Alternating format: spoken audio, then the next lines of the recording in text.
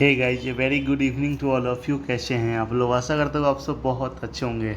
जैसा कि आपको पता है कि शाम का 7 बजे जो होता है ना, मिसलेनियस टॉपिक होता है, ठीक है। और रात का 8 बजे वो पजल रहता है, ठीक है। तो शाम का 7 बजे ना, मतलब पजल छोड़ कर जितना भी टॉपिक बचता है ना, मतलब कैसे सिलॉक्स इनइक्वालिटीज़ का क्वेश्चन सब कैसे अटेम्प्ट करना है, कैसे बनाना है, क्या करना नहीं करना है, सबके बारे में हम डिस्कस करते हैं। तो चलिए आज दिखाते हैं। और मस्त ज़बरदस्त लेवल है यहाँ पे इसका सिलॉक्स का, ठीक है। तो यहाँ पे कहा क्या जा रहा है कि सम पी आर ब्लू, ठीक है।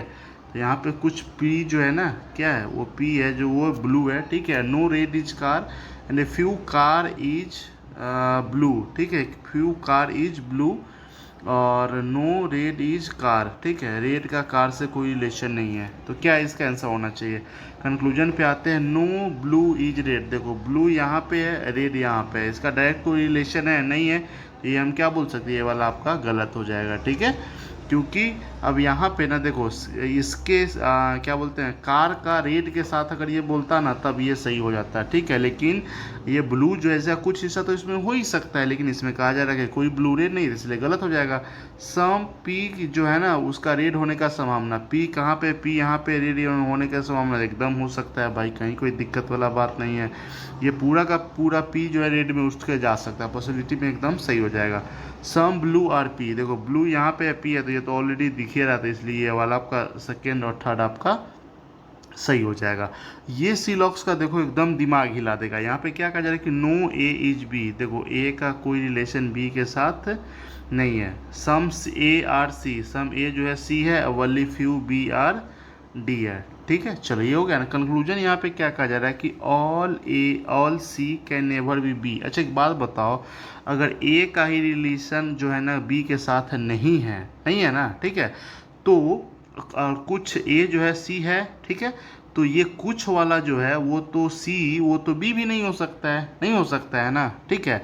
तो इसीलिए ये क्या हो जाएगा कि ऑल जो है, लेकिन यहाँ पे क्या कहा जा रहा है कि all C can never be B, सारा का सारा जो है सी जो वो बी नहीं हो सकता। तो ये वाला बात आपका सही है। क्यों सही है? क्योंकि वो इसको लेकर के, ठीक है, ठीक है। और सम सी आर बी, सम सी जो है बी है नहीं है, तो ये वाला आपका गलत हो जाएगा। ऑल डी बिंग ए, देखो डी जो है, सारा का सारा डी जो है वो ए में हो सकता है, नहीं हो सकता, ये भी आपका गलत हो जाएगा। क्यों हो जाएगा गलत? क्योंकि देखो ए का बी से रिलेशन नहीं है, कुछ डी का कुछ हिस्सा ना बी में है, ठीक है। इसीलिए सारा का सारा डी जो है वो ए में नहीं जा सकता, इसलिए आपका ये दूसरा तीसरा ये दोनों हो जाएगा आपका गलत, ठीक है। चलो इनइक्वलिटी का देखते ही सीधा धुआं धुआं उड़ाना है। कैसे करना है? यहाँ पे देखो जेड बी से बड़ा है, मतलब आपका स्टेटमेंट में ना जेड आपको बड़ा दिखना चाहिए, ठीक है। देखो जेड यहाँ पे बड़ा दिख रहा है, मतलब बड़ा मतलब उसके सामने मुंह खुला हुआ है, ठीक है। मतलब बड़ा तो है किससे, लेकिन बी से होना चाहिए, ठीक है।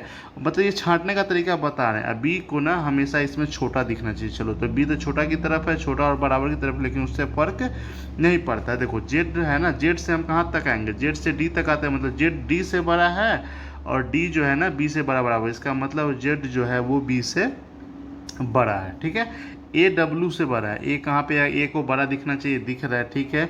और डब्लू को छोटा दिखना चाहिए, लेकिन डब्लू ऑलरेडी इसमें बड़ा ही दिख रहा है, इसलिए ये वाला क्या हो जाएगा? वाला आपका गलत हो जाएगा। सिंपल कॉन्सेप्ट है एकदम, बस इतना आपको देखना है, बाकी कोई दिक्कत वाला बात नहीं है। ये वाला देखो, इसमें क्या आएगा? ए बी से बड़ा है, ठीक है। इसमें बहुत ज़्यादा सारे लोग कन्फ्यूज हो जाते हैं। ए बी से बड़ा है, नहीं है, गलत हो जाएगा।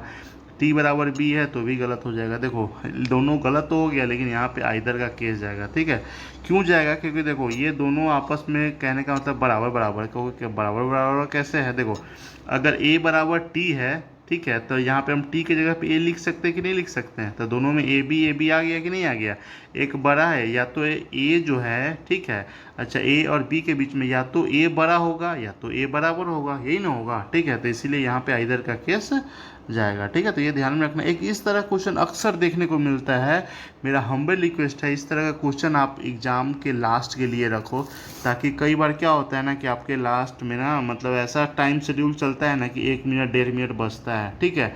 तो आप उस समय इसको कर सकते। तो फटाफट पेन पेपर से आप पेपर पे आप लिख लो INDI INDIAN, ठीक है। इसमें कहा क्या जा रहा है ना कि इसको अल्फ़ाबेटिकल ऑर्डर में ना हाउ मेनी लेटर्स फाइंड करना, जो कि अल्फ़ाबेटिकल सीरीज में, जैसे आई के बाद पढ़ते जाना IJKLMN। देखो आई से लेके एन तक एक पेयर मिल गया ना, आगे मिलेगा NOPQ नहीं है, DEF नहीं है, ये आई है ना, IJK नहीं है, NOPQRS उल्टा भी देख लेना है, ठीक है। ABCD नहीं है, IJK नहीं है, DE नहीं है, केवल एक ही है, तो सही आंसर इसका एक हो जाएगा। तो इसमें ना ज़्यादा टाइम नहीं लगता है, ठीक है, लेकिन इसको आपको लास्ट के लिए रखना है, क्योंकि कई बार ये होता है ना कि अब 1-1.5 मिनट समय बचता है ना, तो उस समय आप पजल तो बना ही नहीं सकते हैं, ठीक है। तो उस समय ये सब रहेगा तो आप उसको फटाफट बना सकते हैं, है ना। तो ये ना छोटा सा सेशन के माध्यम से रहता है कि हाँ कुछ ना कुछ रोज़ का रोज़ सिखा करके जाऊँ। तो चलिए बाय बाय, टेक केयर। और हाँ, जो पजल वाला जो सेशन है उसको भी देखना नहीं भूलना है। चलिए बाय बाय, टेक